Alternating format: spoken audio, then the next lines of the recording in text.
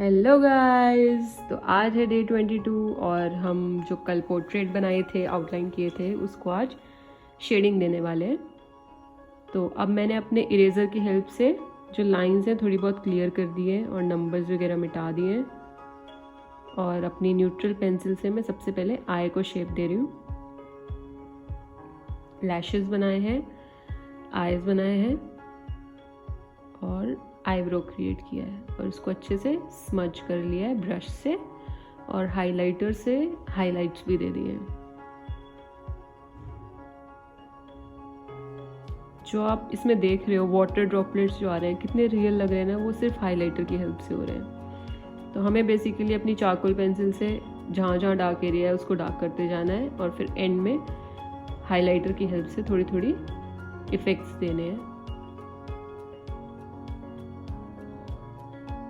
अब मैंने second I को भी क्रिएट कर लिया है अपने न्यूट्रल पेंसिल से ही और स्मच कर लिया है ब्रश की हेल्प से और उसी बचे हुए चारकोल पाउडर से मैंने नीचे आई को भी शेप दे दी है।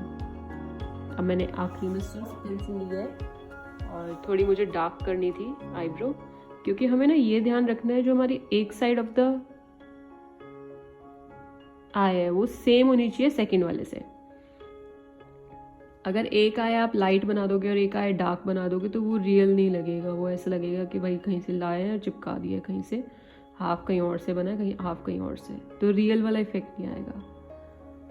तो बस अब देखो दोनों जो आईब्रो हैं वो सेम कलर्स की हैं। अब मैंने लैशेस को भी ऐसे ही डार्क कर दिया है जैसे फर्स्ट वाली करी थी डार्क, और ब्रश से उसको स्मच कर दिया अच्छे से।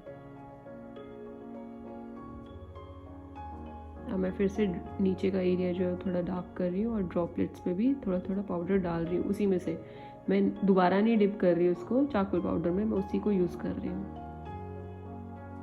अब मैंने हाइलाइट्स भी दे दिए हैं रेजर की हेल्प से, जहाँ जहाँ मुझे लग रहा था ज़रूरत है, जो पोर्शन उसको मैं और एनहेंस करते जा रही हूँ। अब मैं आई क्रीज दे रही हूँ, इसमें बहुत थिन लाइंस बनाने हैं और इसको फिर स्मच कर लेना है अच्छे से।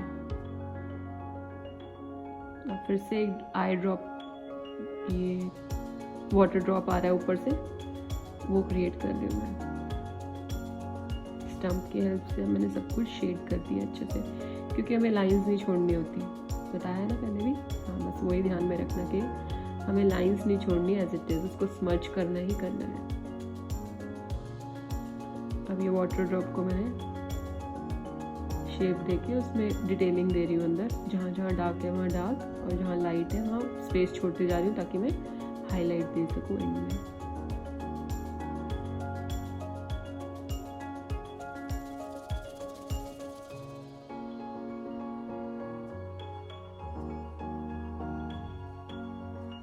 ना जो ये सेंटर वाला पार्ट था मैंने ये छोड़ दिया था क्योंकि ये बहुत लाइट था, क्योंकि ये हाईलाइटेड एरिया है।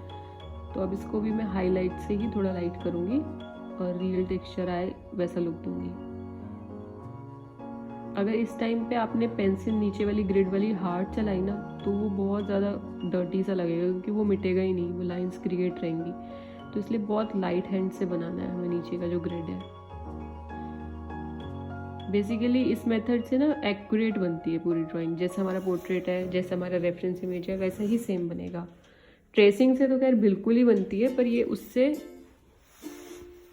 अच्छी है फ्री हैंड से। पर वैसे अगर आप एक आर्टिस्ट हो, प्रोफेशनल आर्टिस्ट हो, तो आपको सिर्फ फ्री हैंड से ही बनाना चाहिए।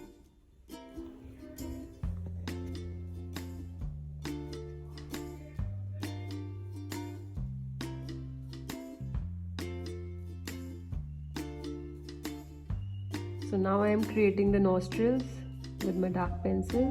I'm using the neutral one.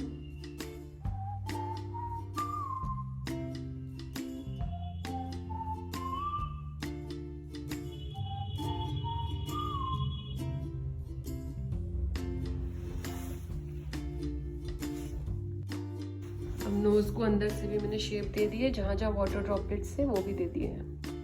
अब स्टम्प की हेल्प से मैंने अच्छे से सब कुछ स्मच कर लिया है।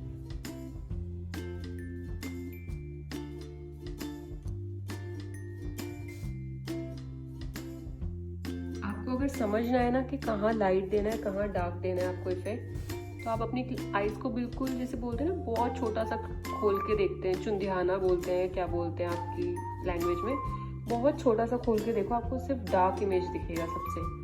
फिर थोड़ी सी और आईज आप खोलोगे दोनों, तो आपको थोड़ा सा उससे और लाइट दिखेगा, फिर और लाइट, फिर सबसे लाइट जो है आपको पूरी आईज खोलने पे दिखेगा। तो आप ऐसे आप जज कर सकते हो कि कौन सा एरिया है वो बहुत डार्क है और कौन सा लाइट है। हमें बेसिकली जो शेडिंग है वो सबसे पहले डार्क से ही स्टार्ट करनी है। जो हमारे सबसे डार्क इमेज दिख रहा है, जहाँ सबसे ज़्यादा डार्क चारकोल यूज़ होने वाला है, वो स्टार्ट करेंगे पहले हम। फिर ट्रांजिशन हम क्रिएट करते जाएंगे स्किन के अंदर और बाकी चीज़ों में। अब मैंने ड्रॉपलेट साइड से भी बना दिए, जहाँ लाइट देना था वहाँ लाइट दिया, जहाँ डार्क देना वहाँ डार्क। अब मैं लाइंस देखो कैसे मिटाते जा रही हूँ, साथ के साथ में कुछ ड्राइंग्स आती जा रही हैं। शेडिंग करना पार्ट यूज़ होता जा रहा है, वहीं पे मैं इरेज करती जा रही हूँ अपनी लाइंस को। ये मैंने रेफरेंस इमेज भी दिखाया आपको, देखो। अब हम ये lip area and tongue area create करेंगे।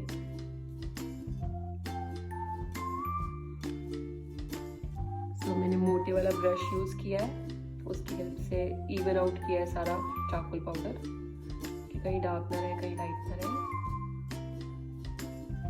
अब मैं हार्ड वाली पेंसिल की यूज़ से वाटर ड्रॉपलेट क्रिएट किए हैं और स्टम्प से उसको स्मच कर लिया है। स्टम्प में ना कभी भी चारकोल एक्स्ट्रा मत लगाना, आपकी पोर्ट्रेट से ही उठाना और वहीं से लगा देना, क्योंकि जब हम इधर स्टम्प पे ज़्यादा लगा देते हैं ना तो वो हैंडल नहीं कर पाते, कंट्रोल नहीं हो पाता वो आपकी पोर्ट्रेट में।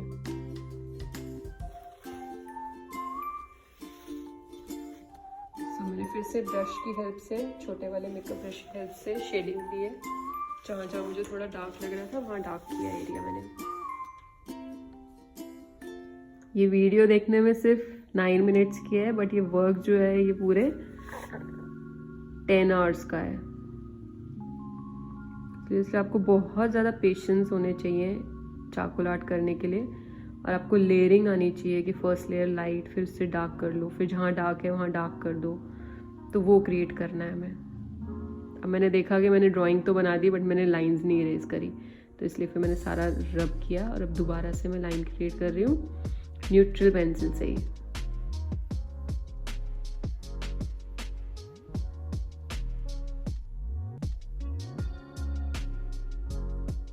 अब मेरे आईज हो गए हैं, नोज हो गया है, बस टीथ एंड लिप्स रह गए एंड टंग, सॉरी।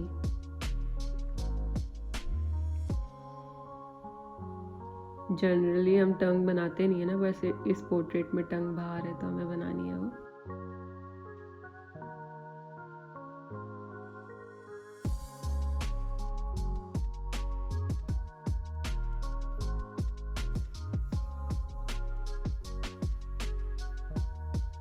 तो अब मैं नीचे वाले टीथ क्रिएट कर रही हूँ अपनी न्यूट्रल पेंसिल से ही।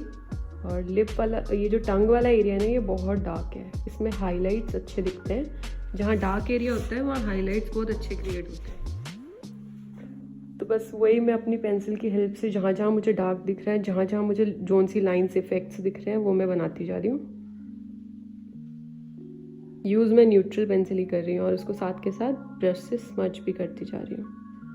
अब इसमें जो टीथ है ना, वो भी हमें प्योर वाइट नहीं छोड़ने में, जैसे बताया ना, कोई वाइट कलर हमें छोड़ना ही नहीं होता है इसमें।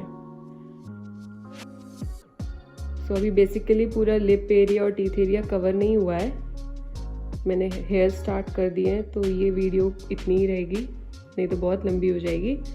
तो thank you guys for watching. If you like my video please press the like button, share and subscribe my channel. See you tomorrow to complete this portrait fully. Bye bye.